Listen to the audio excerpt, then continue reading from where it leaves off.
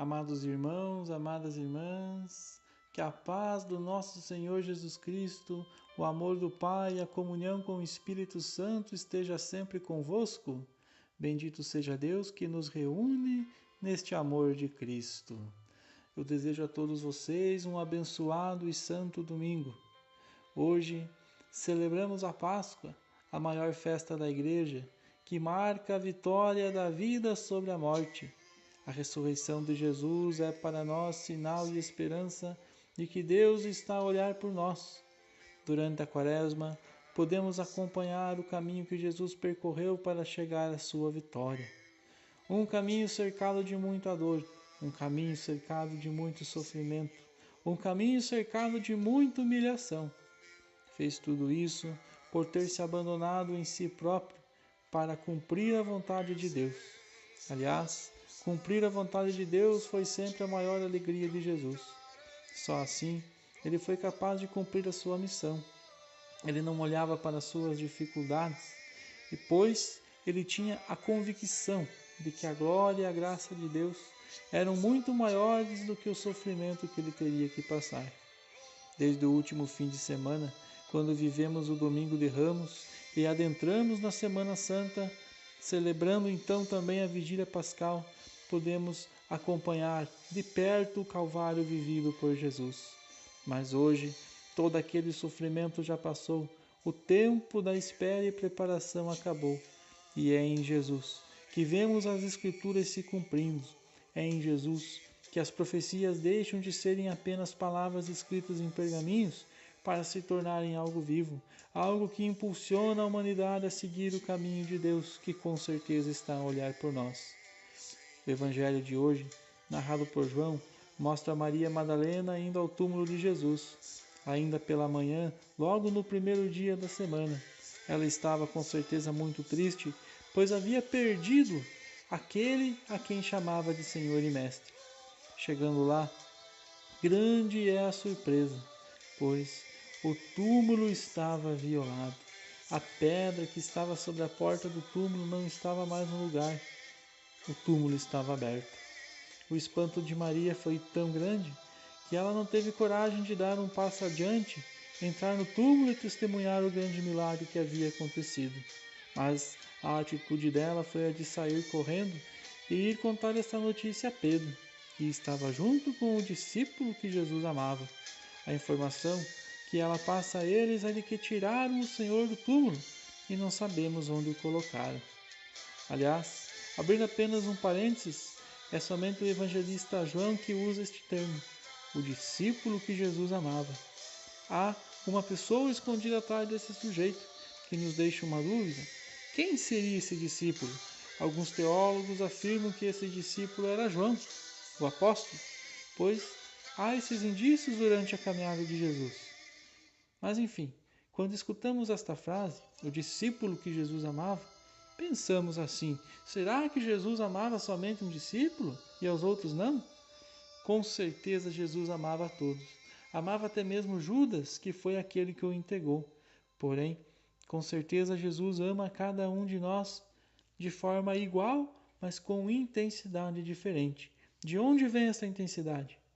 Esta intensidade vem de nós mesmos. Jesus nos ama na mesma intensidade que o amamos. Entreguemos a Jesus então o nosso ser, o amando sem medida, para que ele possa então fazer transbordar em nós o seu verdadeiro amor. Continuando então a reflexão, vemos que Pedro e o outro discípulo saíram correndo em direção ao sepulcro. Mesmo chegando antes, o discípulo que Jesus amava não entra no sepulcro, fica apenas na porta, contemplando toda a cena que aconteceu. Pedro, ele chega logo depois, entra no sepulcro e vê as faixas de linho que estavam no corpo de Jesus deitadas ao chão, e também o sudário que estava sobre a cabeça de Jesus dobrado em um lugar à parte. É certo que tanto Maria Madalena quanto Pedro e o discípulo que Jesus amava ficaram espantados e admirados com a situação que estavam vivendo.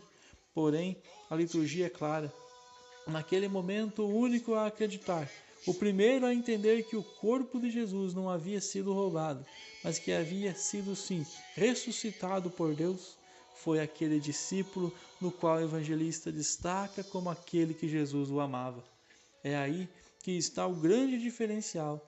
O amor de Jesus nos faz entender o real sentido das coisas. É por isso que ele foi o primeiro a acolher Jesus ressuscitado. Sejamos nós também capazes de acolher Cristo ressuscitado em nosso coração, amá-lo sem medida e levá-lo para dentro de nossa família, em nosso trabalho, trazê-lo para a nossa vida. Amando Jesus, com certeza Ele nos retribuirá com as suas bênçãos e com toda a sua graça. Ele nos fará ver com os olhos da fé, enxergando os seus sinais que estão presentes em nossa vida. Não nos prendamos mais às coisas do mundo que nos levam à morte. Lembrem que Jesus estava sempre na presença de Deus através da sua oração. Mas lembrem também que Deus nos trouxe ao mundo para a vida e não para morrermos. Jesus, ele não ficou prisioneiro da morte, mas ressuscitou e está vivo. Desta mesma forma, se tivermos fé em Deus, Ele nos ressuscitará no último dia. E todos nós somos convidados a testemunhar isto à humanidade. Podemos ver isso claramente na primeira leitura, que foi tirada hoje do livro dos Atos dos Apóstolos. Após assimilar toda a ressurreição de Jesus, Pedro é quem testemunha isso frente ao povo. Ele relembra o povo dos milagres e prodígios que Jesus realizou. Além disso, Pedro assume que ele e os outros apóstolos são testemunhas de que Deus havia ressuscitado. Deus havia ressuscitado Jesus.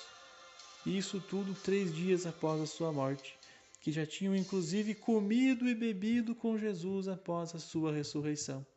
Nós também sejamos corajosos como Pedro, pois da mesma forma que Jesus ressuscitado comeu e bebeu com os apóstolos, ele também, a cada celebração, come e bebe conosco. Em cada ceia eucarística que participamos, aliás, ele não só ceia conosco, mas ele próprio se oferece em alimento para cada um de nós. Deus constituiu Jesus como juiz dos vivos e dos mortos, e através dele todo aquele que nele crê recebe em seu nome o perdão de seus pecados. Os apóstolos, eles receberam uma missão de continuarem a obra de Jesus, que era de cuidado com os mais necessitados, levando assim também a cura àqueles que precisavam, a todos aqueles que estavam doentes. Nós, como discípulos de Jesus, somos também convidados a seguir seus passos e dar continuidade na obra de Jesus, buscando sempre fazer aquilo que é a vontade de Deus. Jesus, ele olhava para a frente, para o alto, onde Deus está. Hoje o mundo está aos poucos desfocando o nosso olhar, abaixando cada vez mais o nosso olhar. Basta sairmos às ruas e nós veremos pessoas que não olham mais para o horizonte, em si olham para baixo. Se facilitar um pouquinho, se batem nas pessoas, se batem nos postes. Por quê? Porque andam focados no celular, nos tablets, na tecnologia. Não olham mais para o mundo, abaixaram o olhar. Também encontramos pessoas que fecharam os seus ouvidos para Deus, não ouvem mais a voz de Deus, não ouvem nem mesmo o som das pessoas que estão ao seu lado, porque também são escravas do fone de ouvido, fechando-se assim para o mundo e abertos somente para o seu mundo, para aquilo que querem ouvir. São Paulo, na segunda leitura de hoje, em sua carta aos Colossenses, ele nos deixa uma grande mensagem. Uma mensagem para buscarmos as coisas do alto. Aliás, esta frase, buscar as coisas do alto, é algo que me chama bastante atenção, porque foi o tema da última palestra, a última pregação que o saudoso Padre Léo fez, ainda pela Canção Nova, num estado terminal de câncer. Eu convidaria a todos vocês não deixarem de escutar esta palestra, esta pregação. Ela está na internet, é só procurar. É com certeza uma pregação que pode tocar a todos vocês, a todos nós. Eu não me canso de ouvir esta pregação, porque o testemunho do Padre Léo, durante essa pregação, em que ele usa esse tema, buscar as coisas do alto, é real para todos nós, até mesmo nesse dia de hoje.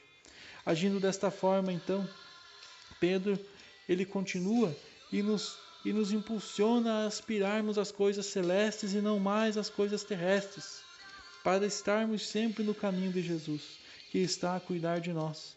A nossa vida, ela está escondida em Cristo Jesus, e quando Cristo voltar em sua glória, nós também surgiremos com Ele, revestidos também da sua glória. Louvado seja o nosso Senhor Jesus Cristo. Para sempre seja louvado, adorado e glorificado, para os séculos dos séculos. Amém.